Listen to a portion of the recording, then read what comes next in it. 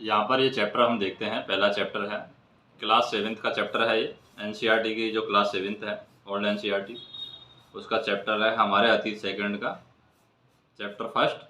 1000 वर्षों के दौरान हुए परिवर्तनों की हम जांच पड़ताल करते हैं, किस तरीके से 1000 वर्षों के दौरान है परिवर्तन हुए हैं। तो यहाँ पर हम देखें क्या हुआ। अगर हम देखेंगे यहाँ पर तो ये हम देख सकते हैं, एक तो हमारा ये मानचित्र दिया हुआ है, ये दिया हुआ है 12वीं सदी का मानचित्र दिया हुआ है। 12वीं सदी में भूगोलवेत्ता अल इद्रिसी का बनाया हुआ दुनिया के नक्शे का एक हिस्सा है, जिसमें भारतीय उपमहाद्वीप यहाँ पर दिखाया गया है। तो ये भारतीय उपमहाद्वीप है, ये 12वीं सदी में बनाया गया था। ये जो नक्शा है 12वीं सदी में बनाया गया था और अल इद्रिसी के द्वारा ये बनाया गया था। अब हम बात करें कि ये इसका सन कब है, इस मानचित्र को कब बनाया गया है। तो ये एक यहाँ पर अरब भूगोलवेत्ता था अल इद्रिसी। अल इद्रिसी ने इसको 1154 ईस्वी में, यानी कि 1200 ईस्वी में, 12वीं ईस्वी में बनवाया था, 1154 में बनवाया था। और यहाँ पर ये जो नक्शा दिया गया है वह उसके द्वारा बनाए गए दुनिया के बड़े मानचित्र का एक हिस्सा है और भारतीय उपमहाद्वीप को ये पूरा मानचित्र यहाँ पर दर्शा रहा है। और दूसरा अगर मानचित्र देखें तो ये दूसरा मानचित्र है। ये फ्रांसीसी चित्रकार थे, मानचित्रकार, जिन्होंने 1720 में ये इसको बनाया था। तो ये भी भारत का नक्शा है, लेकिन इसको 1720 में एक फ्रांसीसी मानचित्रकार थे जिन्होंने भारत का नक्शा इस तरीके दिखाया। ये श्रीलंका है यहाँ पर, और ये भारत का नक्शा अभी भी कुछ सेम ऐसे ही है, मगर इसमें उनमें काफ़ी अंतर है। अगर दोनों नक्शों को हम एक ही इलाके के हैं, अगर हम बात करें, भारत के ही हैं दोनों नक्शे, मानचित्र 1 और मानचित्र 2, लेकिन हम बात करें इनमें काफ़ी अंतर है। अल इद्रिसी के नक्शे में दक्षिणी भारत देखें हम यहाँ पर, ये अल इद्रिसी का नक्शा है। इसमें अगर हम देखें, इसमें हमें मिलेगा नक्शे में दक्षिणी भारत उस जगह है जहाँ हम आज उत्तर भारत ढूंढेंगे। तो आज जहाँ पर हम उत्तर भारत ढूंढ रहे हैं वहाँ पर ये नक्शे में दक्षिणी भारत है, अल इद्रिसी के में दिखाया गया है।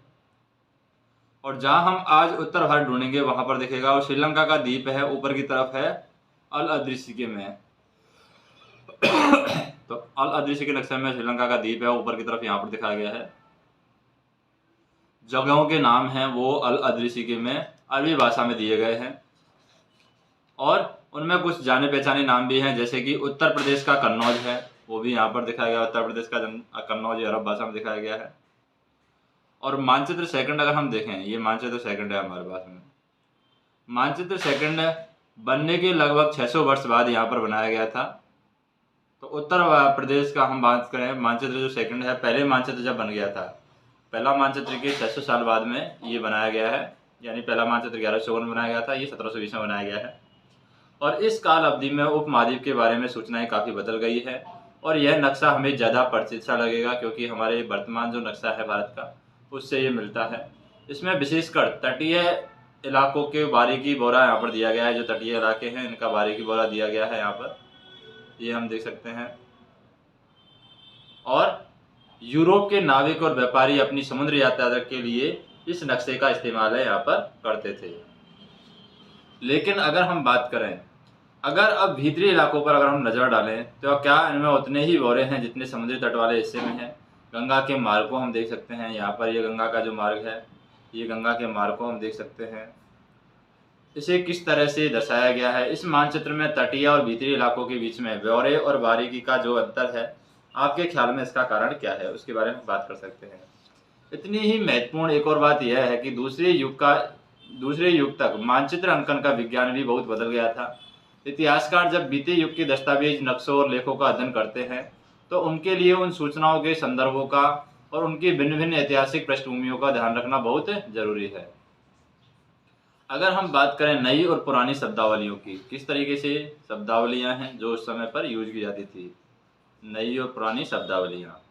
तो अगर समय के साथ साथ सूचनाओं के संदर्भ बदलते हैं तो भाषा और अर्थों के साथ क्या होता है। ऐतिहासिक अभिलेख कई तरह की भाषाओं में मिलते हैं और ये भाषाएं भी समय के साथ साथ बहुत बदलती हैं। उदाहरण के लिए अगर हम बात करें, मध्य युग की फारसी आधुनिक फारसी भाषा से भिन्न है। और यह भिन्नता सिर्फ व्याकरण और शब्द भंडार में नहीं आई है, समय के साथ शब्दों के अर्थ भी यहाँ पर बदल जाते हैं। उदाहरण के लिए अगर हम बात करें हिंदुस्तान शब्द को ले लेते हैं, आज हम इसे आधुनिक राष्ट्र यानी राज्य भारत के अर्थ में लेते हैं। हिंदुस्तान का उपयोग है हम भारत के रूप में लेते हैं। 13वीं सदी में जब फारसी के इतिहासकार मिनहाज ए सिराज ने हिंदुस्तान शब्द का प्रयोग किया था, तो इसका आशय था हिंदुस्तान के लिए उसमें उस समय आते थे पंजाब, हरियाणा और गंगा यमुना उस समय हिंदुस्तान में आते थे। यानी पंजाब, हरियाणा और गंगा यमुना के बीच का भाग है वो हिंदुस्तान में आता था। और उसने इस शब्द का राजनीतिक अर्थ में उन इलाकों के लिए इस्तेमाल किया था जो दिल्ली के सुल्तान के अधिकार क्षेत्र में आते थे। और सल्तनत के प्रसार के साथ साथ इस शब्द के अंतर्गत आने वाले क्षेत्र भी बढ़ते गए, लेकिन हिंदुस्तान शब्द में दक्षिणी भारत का समावेश कभी नहीं हुआ। इसके विपरीत अगर हम बात करें 16वीं सदी के आरंभ में जैसे कि 1526 के बाद बाबर आया था, तो 16वीं सदी के आरंभ में बाबर ने हिंदुस्तान शब्द का प्रयोग है इस उपमहाद्वीप के भूगोल, पशु पक्षियों और यहाँ के निवासियों की संस्कृति का वर्णन करने के लिए किया था। और यह प्रयोग है 14वीं सदी के कवि अमीर खुसरो के द्वारा प्रयुक्त शब्द हिंद के ही कुछ समान था, मगर यहाँ भारत को एक भौगोलिक और एक सांस्कृतिक सत्व के रूप में पहचाना जा रहा था। वहाँ हिंदुस्तान शब्द से वे राजनीतिक और राष्ट्रीय अर्थ नहीं जुड़े थे जो आज हम जोड़ते हैं।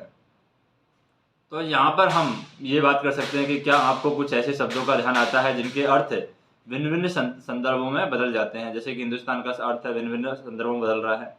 किसी भी शब्द का प्रयोग करने में इतिहासकारों को बहुत सावधान रहना चाहिए, क्योंकि अतीत में उन शब्दों के कुछ अलग ही अर्थ थे। उदाहरण के लिए अगर हम बात करें विदेशी जैसा सीधा साधा शब्द ही ले लीजिए, हमारे लिए आज इसका अर्थ होता है ऐसा व्यक्ति जो भारतीय न हो। और अगर मध्ययुग की बात करें तो मध्ययुग में क्या है, मानो किसी गांव में आने वाला कोई अनजान व्यक्ति जो उस समाज और संस्कृति का अंग न हो विदेशी कहलाता था। तो ऐसे व्यक्ति को हिंदी में परदेशी या फारसी में हम अजनबी कह सकते हैं या कहा जाता था। इसलिए किसी नगरवासी के लिए वनवासी विदेशी होता था, किंतु एक ही गांव में रहने वाले दो किसान अलग अलग धार्मिक या जाति की परंपराओं से जुड़े होने पर भी वे एक दूसरे के लिए विदेशी नहीं होते थे।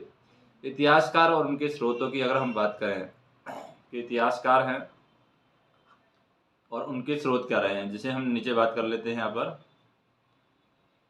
इतिहासकार और उनके स्रोत। इतिहासकार किस युग का अध्ययन करते हैं, उनकी खोज की प्रकृति क्या है, इसे देखते हुए वे अलग अलग तरह के स्रोतों का सहारा लेते हैं। उदाहरण के लिए हम बात करें जैसे गुप्त वंश के शासक और हर्षवर्धन के बारे में हमने पढ़ा है। हम मोटे तौर पर 700 से 1750 ईस्वी तक लगभग हजारों वर्षों के बारे में हम पढ़ेंगे। इस काल के अध्ययन के लिए इतिहासकार जिन स्रोतों का प्रयोग करते हैं उनमें आपको बहुत सी बातें ऐसी मिलेंगी जो पिछले युग से वैसे ही चली आ रही हैं। इतिहासकार इस काल के बारे में सूचना इकट्ठी करने के लिए अभी भी क्या करते हैं, सिक्कों, शिलालेखों, स्थापत्य और लिखित सामग्री पर निर्भर रहते हैं। पर कुछ बातें पहले से काफ़ी भिन्न थी और इस युग में हम बात करें प्रमाणित लिखित सामग्री की संख्या और विविधता आश्चर्यजनक रूप से बढ़ गई है। और इसके लिए आगे इतिहासकार सूचनाओं के दूसरों प्रकार के स्रोतों का इस्तेमाल भी धीरे धीरे क्या कर देते हैं, कम करने लगे हैं। और इस समय के दौरान कागज क्रमशः सस्ता होता गया था, बड़े पैमाने पर उपलब्धि होने लगा था। लोग धर्मग्रंथ, शासकों के वृत्तांत, संतों के लेखन तथा उपदेश, अर्जियां, अदालतों के दस्तावेज, हिसाब और करों के खाते आदि लिखने में इसका उपयोग करते थे। धनी व्यक्ति है शासक जन मठ तथा मंदिर पांडुलिपियां एकत्रित किया करते थे। इन पांडुलिपियों को पुस्तकालय या अभिलेखागारों में रखा जाता था और इन पांडुलिपि और दस्तावेजों से इतिहासकारों को बहुत सारी विस्तृत जानकारी मिलती है, मगर साथ ही इनका उपयोग भी कठिन है। अगर हम बात करें जैसे कि यहाँ पर कागज के मूल्य की बात की गई है, दो प्रसंगों की तुलना हम कर सकते हैं। 13वीं सदी के मध्य में एक विद्वान को एक पुस्तक की प्रतिलिपि की जरूरत पड़ी। उसके पास उतना कागज नहीं था, इसलिए उसने एक ऐसी पांडुलिपि को धो डाला जिसकी उसे ज़रूरत नहीं थी और उसके कागज़ को सुखा करके इसका इस्तेमाल कर लिया। और दूसरा हम बात करें एक सदी बाद ही यानी 14वीं सदी में ही, अगर आप बाज़ार से कोई खाद्य पदार्थ खरीदते हैं तो हो सकता है कि आपकी किस्मत अच्छी होती है और दुकानदार वह वस्तु कागज़ में लपेट कर देता है। तो कागज़ कब अधिक महंगा था, कब आसानी से उपलब्ध था, 13वीं शताब्दी में या 14वीं शताब्दी में? तो हम बात कर सकते हैं 14वीं शताब्दी में ज़्यादा आसानी से उपलब्ध था। 13वीं शताब्दी में कागज़ है उतनी आसानी से उपलब्ध नहीं था। अगर हम बात करें, जैसे कि अभिलेखों की बात करते हैं हम,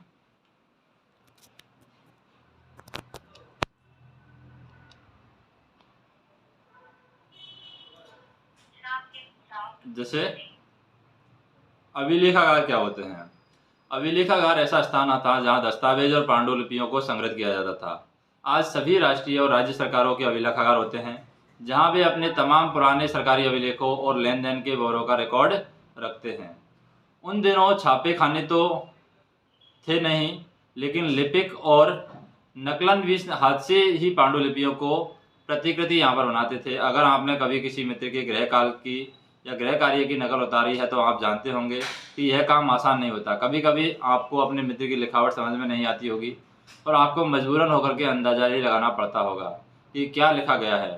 फलस्वरूप आपके लिखे से में और मित्र के लिखे में कुछ छोटे मोटे अंतर आपको देखने को मिलते हैं। तो यहाँ पर एक लघु चित्र की प्रतिकृति यहाँ पर दी गई है, जिसमें एक लिपिक किसी पांडुलिपि की नकल कर रहा है और चित्र का आकार भी दिया गया है। इस छोटे से आकार के कारण इसे लघु चित्र या मिनिएचर यहाँ पर कहा गया है। कभी कभी इन लघु चित्रों का उपयोग है लेख में आई हुई पांडुलिपियों को स्पष्टता प्रदान करने के लिए किया जाता है। ये इतने सुंदर होते हैं कि आगे चल करके संग्रहकर्ता अक्सर इन चित्रों को पांडुलिपियों से अलग करके यहाँ पर बेचने लगे थे। फिर अगर हम बात करें लिखावट की, जैसे कि ये लिखावट है। अब ये लिखावट जो है विभिन्न प्रकार की शैलियों के कारण फारसी और अरबी पढ़ने में यहाँ पर कठिनाई हो सकती है। यहाँ पर नस्तलिक लिपि यानी बाईं ओर से पढ़ते हैं, नस्तलिक लिपि को बाईं ओर से वर्ण जोड़ करके धारा प्रवाह के रूप में लिखे जाते हैं। फारसी और अरबी के जानकारों के लिए इस लिपि को पढ़ना ज़्यादा आसान है। और शिकस्त लिपि है जो दाईं ओर से लिखी जाती है, शिकस्त लिपि, और अधिक संघन और संक्षिप्त और कठिन होती है। तो यहाँ पर आप बात करें जो लिपि होती है उनमें महत्वपूर्ण अंतर आ जाते हैं।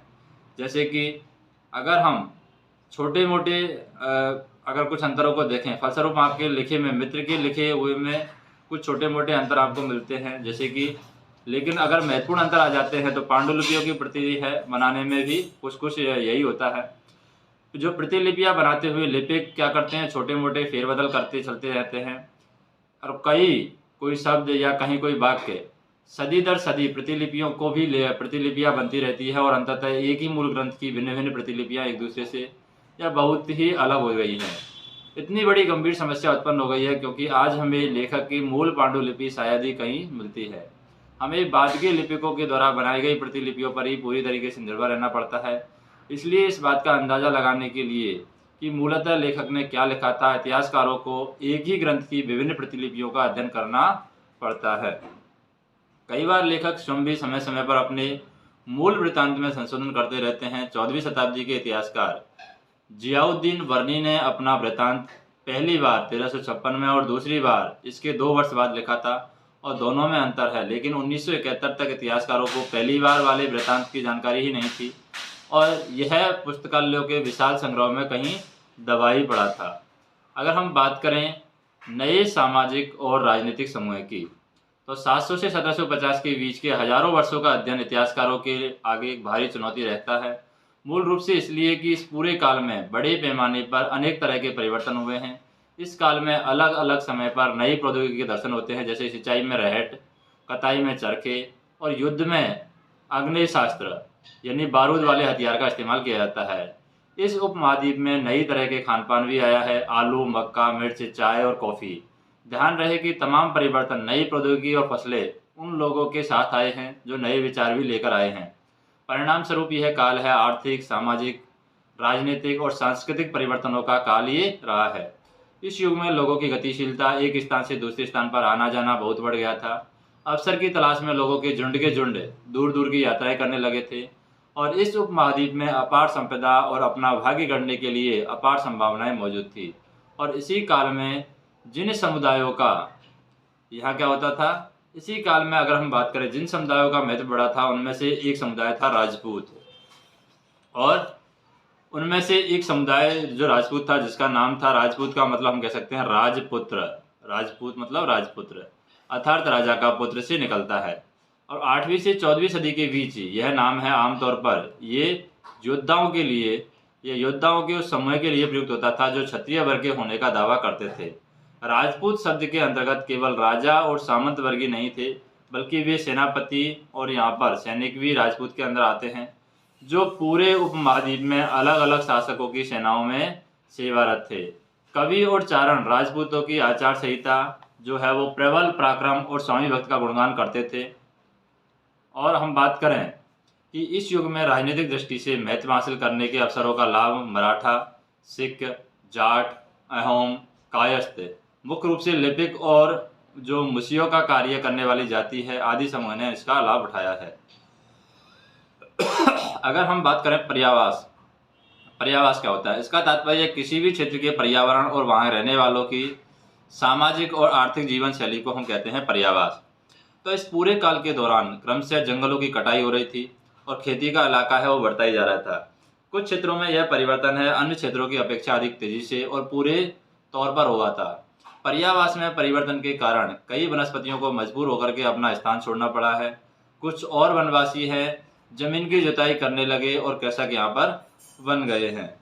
कृषकों के ये नए समूह क्षेत्रीय बाजार, मुखियाओं, पुजारियों, मठों और मंदिरों में प्रभावित होने लगे हैं। वे बड़े और जटिल समाजों के अंग बन गए हैं। उन्हें कर चुकाने पड़ते हैं। स्थानीय मालिक वर्ग की बेगारी करनी पड़ती है। परिणाम स्वरूप किसानों के बीच आर्थिक और सामाजिक अंतर उभरने लगा। कुछ के पास ज़्यादा उपजाऊ जमीन होती थी, कुछ लोग मवेशी भी पालते थे, कुछ लोग खेती से खाली समय में दस्तकारी आदि का कुछ काम कर लेते थे। जैसे जैसे समाज में अंतर बढ़ने लगा है, लोग जातियों और उपजातियों में बांटे जाने लगे और उनकी पृष्ठभूमि और व्यवसाय के आधार पर उन्हें समाज में ऊंचा या नीचा दर्जा दिया जाने लगा। ये दर्जे जो हैं वो स्थायी नहीं थे। किसी जाति विशेष के सदस्यों के हाथों में कितनी सत्ता, प्रभाव और संसाधनों का नियंत्रण है, इसके आधार पर उनके दर्जे हैं बदलते रहते थे। और एक ही जाति का किसी क्षेत्र में कोई दर्जा हो सकता है या किसी अन्य क्षेत्र में कोई और हो सकता है। तो इसमें हम बात करें जो प्रौद्योगिकी, आर्थिक, सामाजिक और सांस्कृतिक परिवर्तन वर्णित हैं, उसमें से कौन कौन से परिवर्तन आपकी समझ में आते हैं, शहर या गाँव में सबसे महत्वपूर्ण है, उनके बारे में बात कर सकते हैं। अपने सदस्यों के व्यवहार का नियंत्रण करने के लिए जातियां स्वयं अपने अपने नियम बनाती थी। इन नियमों का पालन जाति के बड़े बुजुर्गों की एक सभा करवाती थी, जिसे कुछ इलाकों में जाति पंचायत कहा जाता था। लेकिन जातियों को अपने निवास के गांवों के रिवाजों का पालन भी करना पड़ता था। इसके अलावा कई गांवों पर मुखियाओं का शासन होता था। मिल मिला करके वे किसी राज्य की एक छोटी इकाई भर यहाँ पर होती थी। फिर क्षेत्र और साम्राज्य की अगर बात करें, चोल है, तुगलक है, मुगल हैं, ये बड़े बड़े राज्यों के अंतर्गत कई सारे क्षेत्र आ जाते थे। दिल्ली के सुल्तान जो है गयासुद्दीन बलबन की प्रशंसा में एक संस्कृत प्रशस्ति जो दी गई है गयासुद्दीन बलबन की प्रशंसा में, उसमें एक विशाल साम्राज्य का शासक बताया गया है गयासुद्दीन बलबन को, जो पूर्व में बंगाल से लेकर के पश्चिम में अफगानिस्तान के गजनी तक फैला हुआ था और जिसमें संपूर्ण दक्षिण भारत यानी द्रविड़ भी आ जाता था। गौंड, आंध्र, केरल, कर्नाटक, महाराष्ट्र, गुजरात आदि भिन्न भिन्न क्षेत्रों के लोग हैं उसकी सेना में क्या करते थे, आगे रहते थे। और अगर हम बात करें जब उसकी सेना में जो वो लोग हैं वो आगे रहते थे और आगे यहाँ पर सेना के आगे हैं, सेना भिन्न भिन्न क्षेत्रों के लोग हैं उसकी सेना के आगे पलायन कर जाते थे। इतिहासकार विजय अभियान के इन दावों को अतिशयोक्तिपूर्ण मानते हैं। साथ ही वे यह समझने की कोशिश में लगे हैं कि शासक लोग इस उपमहाद्वीप के भिन्न भिन्न भागों पर अपने अधिकारों का उल्लेख क्यों करते थे, उसके बारे में इतिहासकार समझने की कोशिश करते हैं।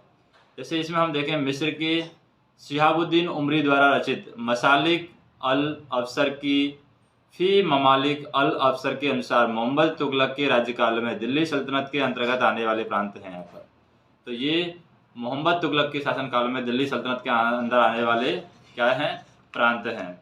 जैसे कि पहला है सिविस्तान, ये यहाँ पर था सिविस्तान। दूसरा है उच्च, यहाँ पर था उच्च। ये जैसे कि भारत की सिंधु नदी, सतलज नदी, सिंधु सतलज, गंगा यमुना यहाँ पर है, गंगा यमुना में चंबल मिल रही है। तो हम नदियों की बात करें, सिंधु सतलज पास पास में है, गंगा यमुना भी पास पास में है, चंबल यहाँ पर है। फिर नर्मदा, गोदावरी यहाँ पर है। गोदावरी मतलब सेंटर में, गोद में, तो भारत की गोद में है गोदावरी सेंटर में। और गोद में अगर कोई व्यक्ति सोता है तो नमी आ जाती है, तो नर्मदा गोदावरी के जस्ट ऊपर है। और कृष्ण भगवान है यहाँ पर नीचे, गोदावरी के नीचे कृष्ण भगवान, तो कृष्ण की गोद में हम मान सकते हैं नर्मदा, कृष्ण की गोद में नर्मदा या नर्मदा की गोद में कृष्ण है, ये मान सकते हैं। फिर कावेरी नदी नीचे आ गई, तो नर्मदा की गोद में कृष्ण और फिर नीचे कावेरी। तो इस तरीके से याद रख सकते हैं एक नदियों को। ये बंगाल की खाड़ी में, उधर अरब सागर, भारत के एक और बंगाल की खाड़ी और एक और अरब सागर है। फिर हम बात करें जैसे कि थर्ड नंबर पर है जो यहाँ पर था मुल्तान। फोर्थ नंबर की बात करें तो यहाँ पर था कलानौर। 5 नंबर की बात करें तो यहाँ पर था लाहौर। 6 नंबर की बात करें तो यहाँ पर सरस्वती समाना, 6 नंबर सरस्वती समाना। 8 नंबर की बात करें कोहराम। 9 नंबर की बात करें हांसी। 10 नंबर में दिल्ली आ जाता है यहाँ पर। 11 नंबर में बदायूं। 12 नंबर में कन्नौज। 13 नंबर है उसमें बड़ा। 14 में अवध आ जाता है और 15 में बिहार। 16 में लखनौती। 17 में जाजनगर आ जाता है। 18 में मालवा और 19 में गुजरात। 20 में देवगिरी, ये देवगिरी हो गया। 21 में तेलंगाना, तेलंग आ जाता है, तेलंगाना तेलंग। फिर द्वार समुद्र आ जाता है 22 में, द्वार समुद्र। ये थर्ड में हम देखें द्वार समुद्र। और मावार भी आ जाता है, ये नीचे मावार वाला एरिया हो जाता है। अब हम बात करें भाषा तथा क्षेत्र की। भाषा और क्षेत्र का क्या प्रभाव पड़ता है। जैसे सन 1318 में कवि अमीर खुसरो ने इस बात पर गौर किया था कि इस देश के हर क्षेत्र की अलग भाषा है, जैसे सिंधी, लाहौरी, कश्मीरी, द्वार समुद्री दक्षिणी कर्नाटक में, तेलंगानी आंध्र प्रदेश में, गुजरी गुजरात में, मेवाड़ी तमिलनाडु में, गोंडी बंगाल में, अवधी पूर्वी उत्तर प्रदेश में और हिंदवी दिल्ली के आसपास के क्षेत्र में। अमीर खुसरो ने आगे बतलाया कि इन भाषाओं के विपरीत एक भाषा संस्कृति भी है जो किसी विशेष क्षेत्र की भाषा नहीं है और यह प्राचीन भाषा है जिसे केवल ब्राह्मण जानते हैं, आम जनता नहीं जानती। अमीर खुसरो के द्वारा उल्लेखित भाषाओं की एक सूची बना सकते हैं। एक सूची में इन भाषाओं के नामों को बनाइए जो उनके द्वारा उल्लेखित क्षेत्रों में आज बोली जाती हैं, और जो नाम एक से हैं उन्हें रेखांकित करना है और जो नाम भिन्न हैं उनके चारों ओर घेरा बनाना है। तो समय के साथ साथ भाषाओं के नाम भी बदल गए हैं, ये भी हम नोटिस करते हैं। फिर सन 700 तक कई क्षेत्रों के अपने अपने भौगोलिक आयाम तय हो चुके थे और अपनी भाषाओं और सांस्कृतिक विशेषताएं स्पष्ट हो चुकी थी। और हम देखें, आपने इसके बारे में और अधिक जानकारी हमें देखेंगे।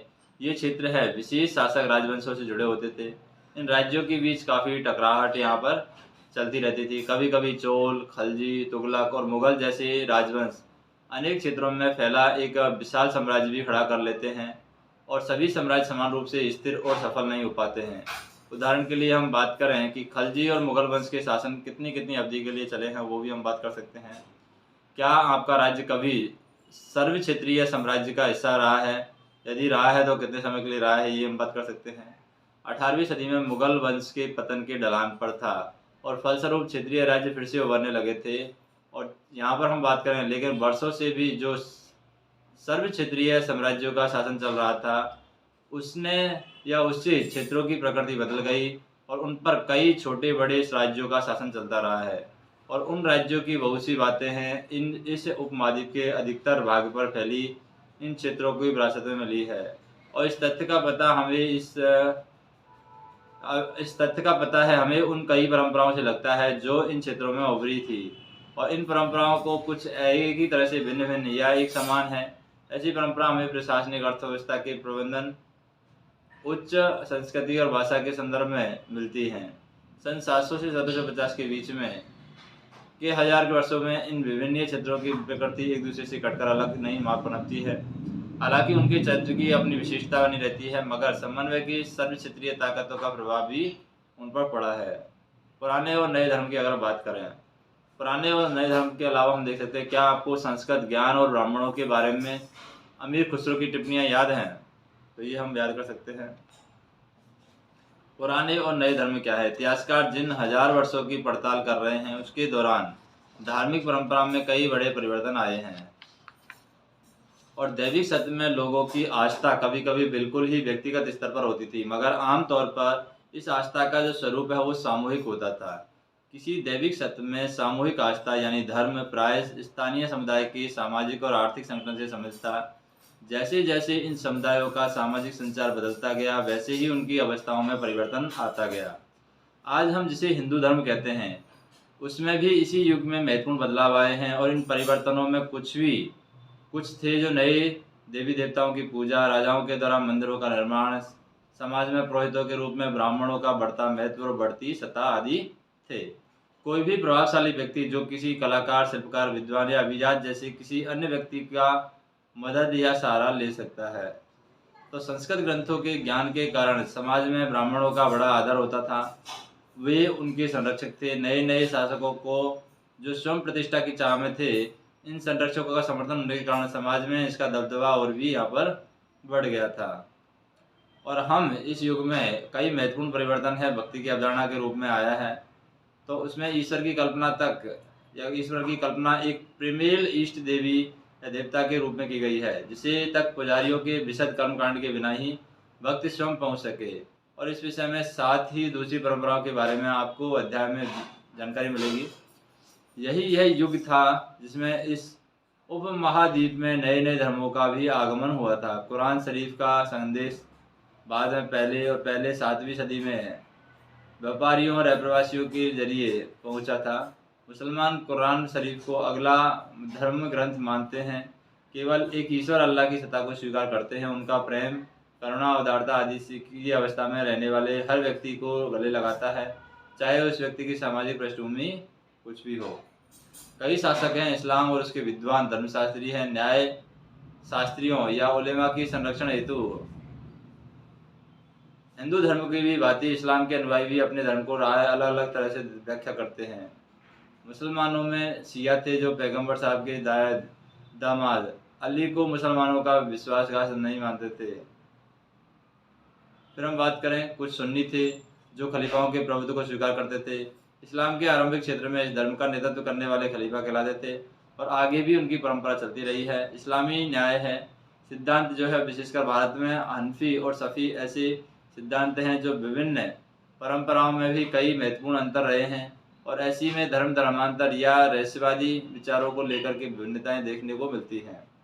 समाज और इतिहास के कालखंडों की अगर हम बात करें, इतिहासकार समय को केवल घड़ी या कैलेंडर की तरह नहीं देखते बल्कि केवल घंटों, दिन और वर्षों के बीतने के रूप में ही देखते हैं। उनका नज़रिया यह है कि समय सामाजिक और आर्थिक संगठन में आने वाले परिवर्तनों को झलकता है।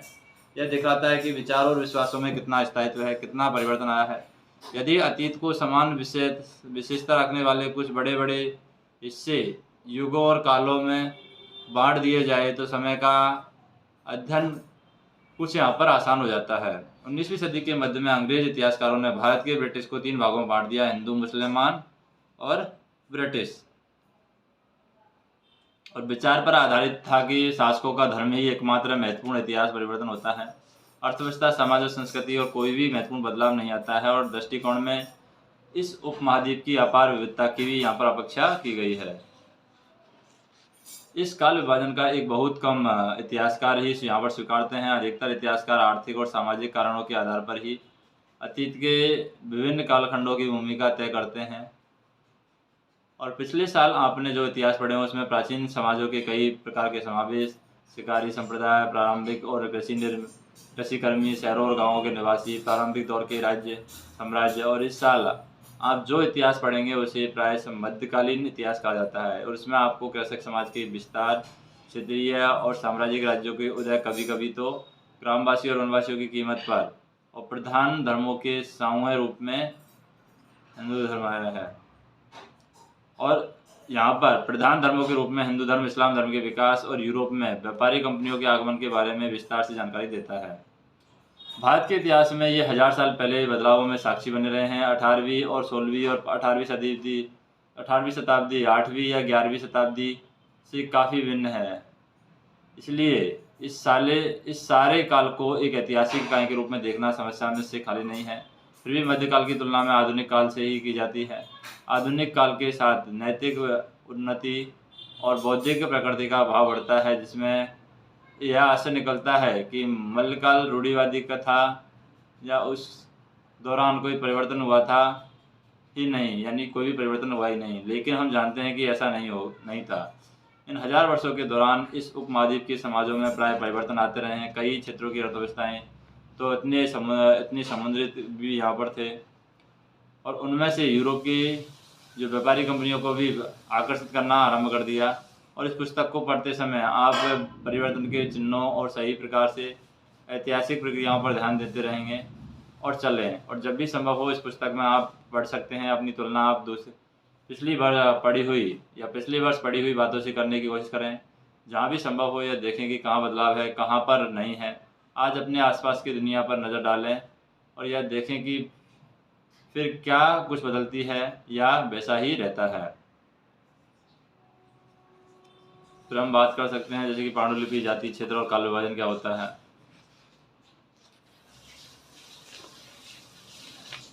नेक्स्ट हम बाद में देखेंगे।